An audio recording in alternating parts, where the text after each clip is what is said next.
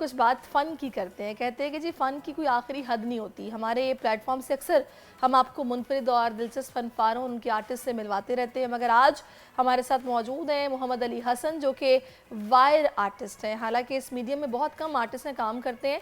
हसन अली को, बल्कि अली हसन को इनको पाकिस्तान में वायर आर्ट में किंग कहा जाता है मुदस्सिर। बिल्कुल, और किंग आजकल बहुत हर जगह पे बड़े हैं, तो अली हसन भी अपने काम में किंग हैं। इन फनकारों को देख के पता चल रहा है कि शाहकार हैं, इनमें बड़ी मेहनत हुई हुई है और ये आम बंदा नहीं बना सकता।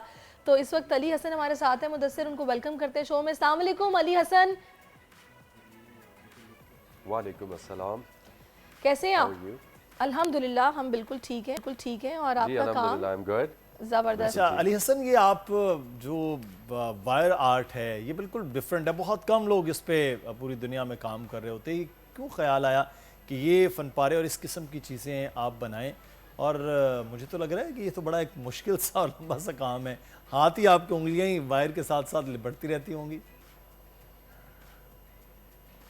जी एक्चुअली वैसे तो मैं बहुत सारे मीडियम्स ट्राई कर रहा था। आर्ट का मुझे बचपन से शौक है। अच्छा। तो वायर एक ऐसा मीडियम था कि जिसमें पहले प्रैक्टिस नहीं कोई कर रहा था। और हमारे यहाँ ये ट्रेंड है कि एक चीज़ जो कर रहे होते हैं उसको ही कोई फॉलो किया जाता है, तो कोई डिफरेंट कोई इनिशिएटिव्स कम लिए जाते हैं। इनिशिएटिव इसलिए लिया क्योंकि मैं चाहता हूँ कि मेरा फर्स्ट जो प्रायोरिटी है वो ये है कि पाकिस्तान के अंदर जब भी यानी कि किसी भी फील्ड का नाम आए तो पाकिस्तान उसमें सरे फहरिस्त हो।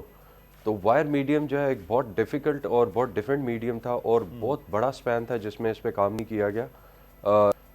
क्योंकि इजिप्शियन दौर जो था, एंशियन टाइम था, जो थे इजिप्शियन के, तब ये स्टार्ट हुआ। उसके बाद फिर एक बहुत बड़ा स्पैन था जिसमें इस पर कोई काम नहीं किया गया। तो आई थॉट कि पाकिस्तान की तरफ से कुछ ऐसा डिफरेंट किया जैसे इससे पाकिस्तान की रिकग्निशन हो सके अराउंड द ग्लोब।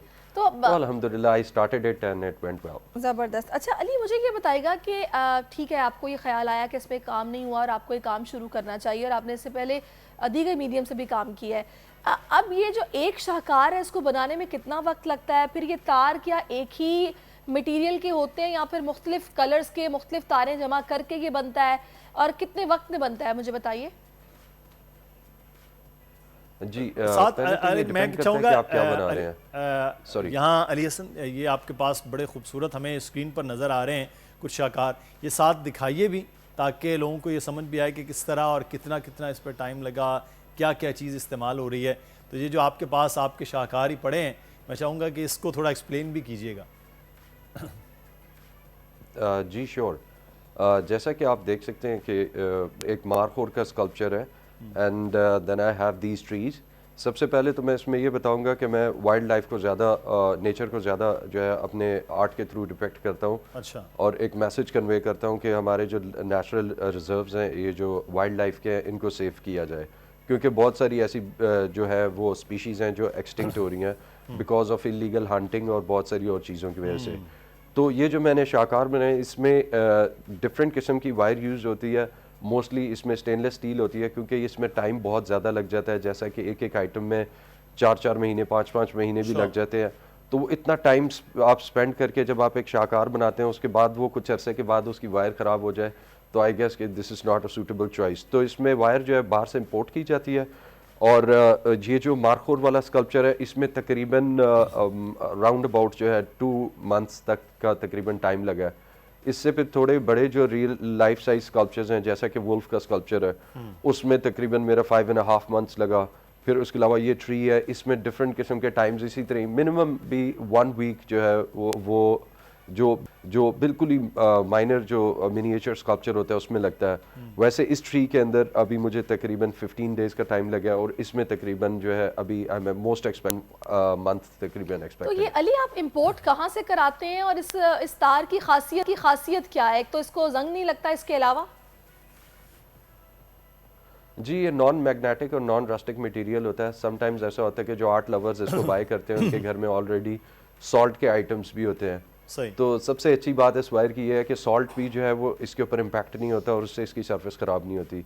और ये वायर जो है डिफरेंट कंट्रीज से इम्पोर्ट होती है, जैसे चाइना है, उसके अलावा फ्रांस है, फिर स्पेन, बहुत सारी डिफरेंट कंट्रीज से हम इसके वायर को प्रिक्योर किया जाता है। और अल्हम्दुलिल्लाह मीडिया का थैंक्स करना चाहूँगा कि जिनके तवस्सुल से जो है अभी जो पाकिस्तान में मैन्युफैक्चर थे जो बाहर एक्सपोर्ट कर रहे थे, they did not know about कि इसका यूज़ पाकिस्तान में भी है, तो उन्होंने मुझसे कांटेक्ट करके और मुझे एक वायर दी है, ये गोल्डन वायर जो है हमारे पाकिस्तान की लोकल वायर है, अच्छा, जो यूज़ हुई है। इसका आउटकम बड़ा अच्छा लग रहा है। इंशाल्लाह नेक्स्ट टाइम मेरी यही कोशिश होगी कि पाकिस्तान की प्रोडक्ट यूज़ की जाए। चलिए ये तो और ज़्यादा अच्छी बात है, मेड इन पाकिस्तान प्रोडक्ट होगी और पाकिस्तानी हीरो अली हसन उसको बना रहे होंगे, तो पूरे का पूरा आपका जो स्कल्पचर है वो पाकिस्तानी हो जाएगा। लेकिन एक चीज़ मैं आपसे जानना चाहूँगा, पाकिस्तान में आर्ट चाहे वो किसी भी फॉर्म में है, वो उसको उस तरह से पजीराई नहीं हो रही होती है कि लोग एक तो क्योंकि आप एग्जीबिशन करते हैं इसलिए भी कि नेक्स्ट कुछ चीज़ें बननी हैं, उसका सेल आउट होना भी,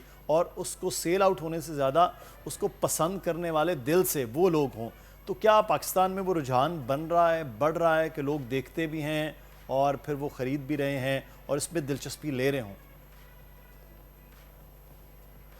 जी, पजीराई का जहाँ तक ताल्लुक है तो मैं अगेन मीडिया का थैंक्स करना चाहूँगा, क्योंकि अभी तक मुझे सबसे ज़्यादा जो सपोर्ट मिली है मीडिया की मिली है, थैंक्स टू बोल टीवी कि जिन्होंने मुझे अपने शो पर बुलाया और इसी तरह से ये आर्ट को प्रोजेक्ट कर रहे हैं। और इंशाल्लाह पाकिस्तान का नाम ना सिर्फ पाकिस्तान में बल्कि पूरी दुनिया के अंदर जो है, जैसे कि जर्मनी, फ्रांस, मेरे बहुत सारे कंट्रीज़ में मेरे स्कल्पचर्स हैं, उनसे मुझे डिमांड भी आ रही है। तो पाकिस्तान के अंदर पब्लिक ने इसको इतना ज़्यादा अप्रिशिएट किया है कि मेरे लिए it was not to expectedly कि इतना ज़्यादा रिस्पांस मिलेगा।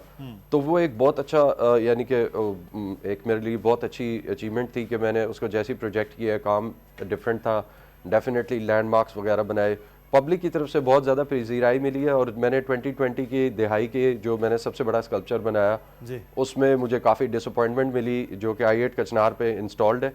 सही। तो आई वॉज सो हर्ट, तो मैंने बहुत एक लंबे स्पैन के लिए मैंने इस काम को छोड़ भी दिया था। फिर दोबारा से मैंने इसको स्टार्ट किया और उसके बाद अभी दोबारा से कंटिन्यू किया। इंशाल्लाह अगर मुझे पजीराई मिलती है तो डेफिनेटली कंटिन्यू करूंगा। फाइनली कोई मैसेज आप इस प्लेटफॉर्म से देना चाहते हैं तो बता दीजिए। जी, मैं ये देना चाहता हूँ कि पाकिस्तान में जितने भी यूथ है स्पेशली, उनको डिफरेंट किस्म की चीज़ें ट्राई करनी चाहिए। और थोड़ा थोड़ा भी अगर हम अपने मुल्क के लिए अगर हम सोच के काम करेंगे तो डेफिनेटली वन डे जब 100,000 of people will start working for the sake of country, definitely our country will progress.